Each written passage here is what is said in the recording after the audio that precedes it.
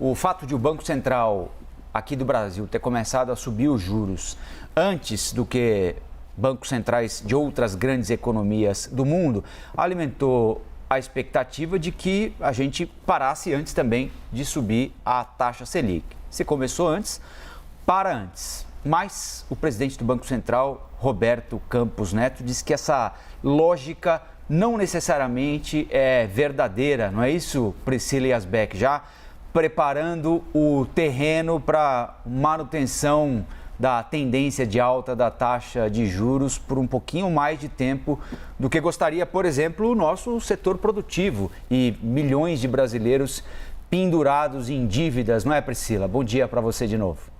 Bom dia, Colombo. Bom dia a todos que nos acompanham. Pois é, uma ducha de água fria, então, do presidente do Banco Central, Roberto Campos Neto, ontem nesse evento, que disse que não necessariamente vai interromper o ciclo de alta da taxa Selic, e isso foi interpretado, então, pelo mercado como uma possibilidade de que o presidente do Banco Central, então, que o Copom, né, o Comitê de Política Monetária do Banco Central, faça mais uma elevação da taxa básica de juros da economia, da taxa Selic, que atualmente está em 13,75 e leve a Selic para 14%. A gente preparou uma tela mostrando a trajetória da Selic para a gente refrescar um pouco a memória e lembrar então dessa trajetória de alta. É a trajetória mais rápida de alta dos juros, com mais altas seguidas da história, desde que foi criado o atual regime de metas para a inflação. São 12 altas já seguidas da taxa Selic. Se houver então mais uma alta, se a Selic subir para 14% na reunião que acontece entre os dias 20 e 21 de setembro, a Selic iria para 14% ao ano. Essa seria a expectativa diante dessa fala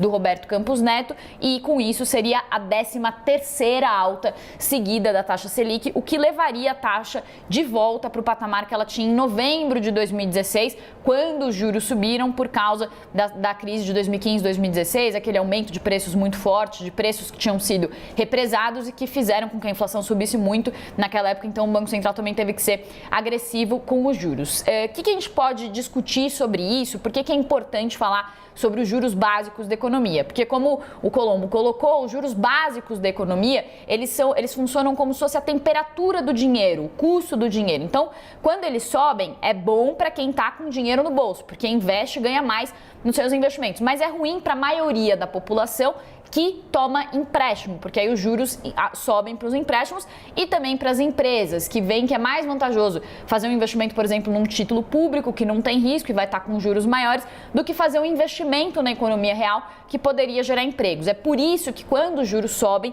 eles tendem a esfriar a economia, ainda que subam com a tentativa, o objetivo de controlar a inflação. Agora, falando sobre essa questão pontual do Roberto Campos Neto, o que ele argumentou para dizer que a janela para mais aumentos não está fechada? Ele disse que a inflação está sendo controlada, está se suavizando por causa de medidas artificiais que estão fazendo com que a inflação apresente esse cenário aí de deflação, com uma perspectiva, inclusive, que o IPCA de agosto apresente uma deflação nessa sexta-feira. E por isso seria necessário, talvez, fazer mais aumentos para ancorar as expectativas daqui para frente. E aí os economistas se dividem entre aqueles que acham que o efeito completo dos juros ainda não foi sentido, então o Banco Central deveria ser menos agressivo, esperar esse efeito dos juros, fazer o seu trabalho completo sobre os preços antes de promover mais altas, e aqueles economistas que falam que o Banco Central já foi muito agressivo, já deu seu recado, agora tem que esperar para ver qual que é o efeito que esse aumento de juros, esse ciclo de alta vai fazer sobre a inflação. Então tem duas visões aí distintas sobre isso, dois argumentos aí que são colocados, mas estava conversando, só para finalizar, Stephanie, tô te vendo aí, estava conversando com o Nicolas Borsoi lá da Nova Futura. Ele falou que ele achou que a mensagem do Banco Central nesse momento foi muito mais no sentido de dizer que não vai começar a promover uma queda dos juros agora, do que no sentido de cravar necessariamente que vai subir os juros.